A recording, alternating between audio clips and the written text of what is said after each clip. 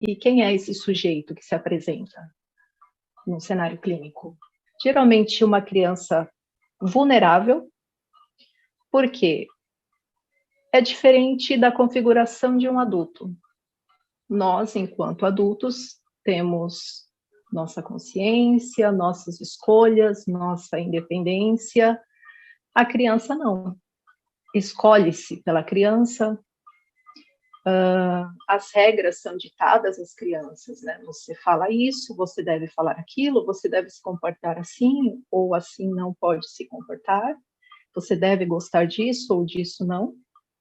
Então, você encontra uma criança reprimida, com suas emoções reprimidas, o seu contexto geral reprimido. A psicanálise, no geral, ela volta o seu olhar, geralmente, à criança. Pelo menos grande parte da psicanálise volta o seu olhar à infância, aos momentos passados na infância. Diferente de um adulto que precisa voltar ao cenário infantil, você vai encontrar uma criança que está nessa fase. É um sujeito que, diferente do adulto que chega no consultório, começa a falar, a criança não, ela chega e quer brincar. É diferente. A criança quer desenhar. A criança tem uma linguagem própria, tem uma linguagem mais transparente. Ela fala através dos desenhos, dos sonhos, do brincar. Isso é importante, né, para o analista ouvir, ter um olhar um pouco mais sensível para ouvir essa criança. Seu comportamento, as suas palavras. É um sujeito que precisa ser acolhido, como eu disse. Um sujeito em que a psique está em desenvolvimento, por isso precisa ter um cuidado ao adentrar nesse edifício em construção. É um ser passivo, é um sujeito que sente, mas às vezes não sabe o que sente, por que tanta intensidade naquele sentir. É uma criança geralmente com muitos conflitos psíquicos, até mesmo quando os pais estão se separando, se divorciando, ou quando a criança está num ambiente de brigas.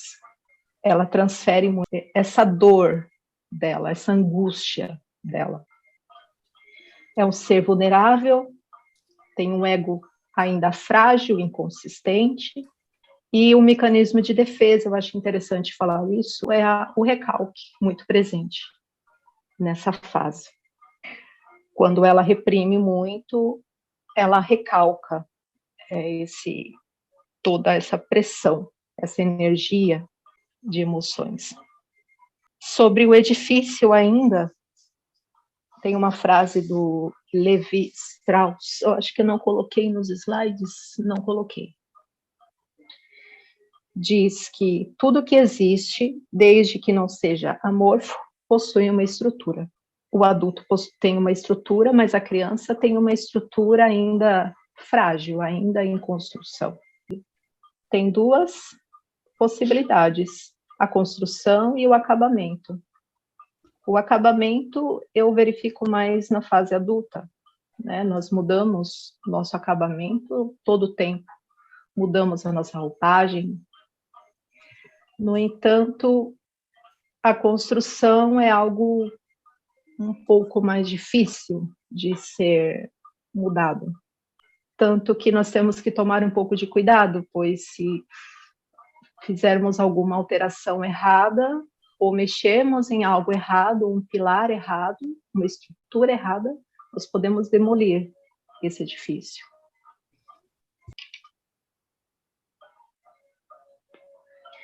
Esses são alguns nomes de alguns autores que falaram muito sobre a psicanálise com crianças, além de Freud.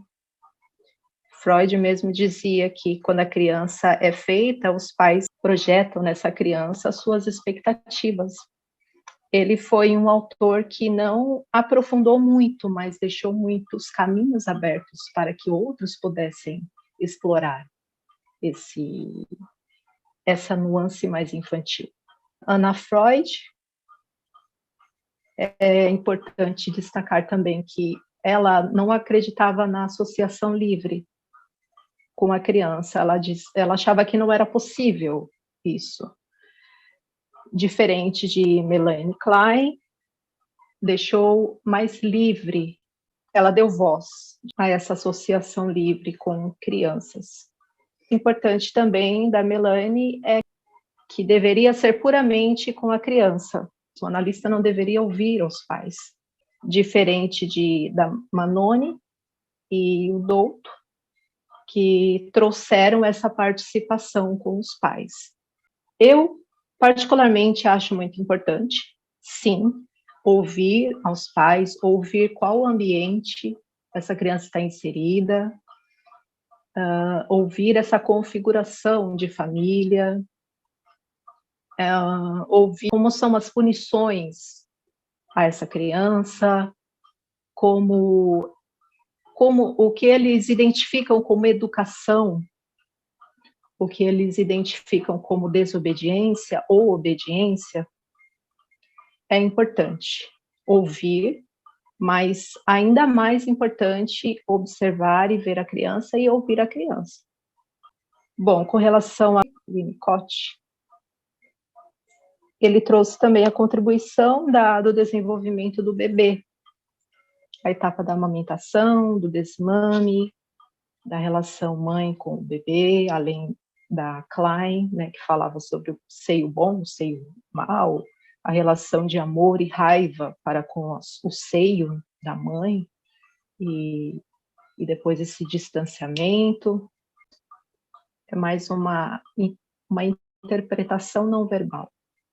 O analista precisa se despir de si e entrar no mundo da criança. Tem vários tipos, né, de sujeito criança que irão se apresentar. E não tem um padrão. Cada uma será trabalhada de uma forma, cada uma será ouvida de uma forma, cada uma será vista de uma forma. Como é a escuta na análise com a criança? Como eu disse, análise com o adulto, ele senta-se no divã ou senta-se na mesa com o analista. Com a criança, não, a escuta é mais não verbal que verbal. É como se a criança tivesse uma casinha de boneca e ela pega em sua mão e fala: olha, vem aqui, eu quero te mostrar esse meu sofá, quero te mostrar essa minha boneca, olha, a minha boneca se chama Silvia, eu ganhei ela do meu tio. Ela vai te mostrando aos poucos, ela vai abrindo o mundo dela ao analista. Falei sobre observar o olhar sensível. O olhar sensível é uma forma de atuação, se despir totalmente de si, se despir dos julgamentos ou pré-julgamentos e entrar no mundo da criança com um olhar mais sensível para o toque dela, para o abraço dela, até mesmo como ela te abraça de uma maneira mais carente, ela te abraça querendo suprir uma emoção. Existe isso, existe criança tão carente emocional que ela te abraça de uma maneira assim profunda. É como se aquele abraço fosse suprir as necessidades emocionais dela. Nesse ponto, eu gostaria de entrar num assunto. Às vezes, não é nem a criança que fala, né? É um adulto que fala através da criança. Então, nós precisamos também estar atentos, ter um olhar sensível, um ouvir sensível. Quanto a isso, movimentar as peças, né? O analista precisa saber movimentar essas peças, esse manejo de brincar, de desenho, de falar. E o que nós podemos identificar, além de tudo que nós mencionamos? Abusos sexuais, agressões, luto e abandono. Quanto a abusos sexuais, algumas vezes a criança não fala, ela tem medo, né, de falar até mesmo ao analista, mas ela projeta nos desenhos. em casa, agressões verbais, conflitos internos, desregulação emocional. Ela sentir e não saber o que está sentindo ou a intensidade desse sentir, e isso pode ser modificado em cenário clínico com o analista. Uma reflexão, quando a criança fala, quem fala através dela, quando ela age, quem age através dessa criança, quando a maneira em que ela se comporta, quem se comporta através dela. Será que ela está projetando algo, ou alguém, ou o cenário em que ela vive? E sobre os desenhos infantis, eu uso muito as provas projetivas de Jorge Visca, e esse desenho, mais interessante ainda, eu pedi para ela desenhar a si própria. Ela desenhou uma pessoa de costas. Ela disse que é assim que ela se sente. Ela queria ficar longe do mundo. Essa criança tem 7 anos. E a relação com a aprendizagem causa muitos bloqueios emocionais, a depender do cenário em que essa criança está inserida. Causam bloqueios emocionais e muitos problemas na escola, com a aprendizagem. E ela começa a ter problemas com a aprendizagem, mas os pais não verificam o que estava por trás disso. E é um problema emocional. Uma reflexão, os fatos que ocorrem na infância ficam perdidos na infância. Uma outra frase, o infantil nunca morre, é perene. E uma frase de François Douto, a psicanálise infantil é a verdadeira psicanálise. Parte-se da psicanálise com a criança, eu acredito. E eu agradeço imensamente por essa oportunidade e a todos.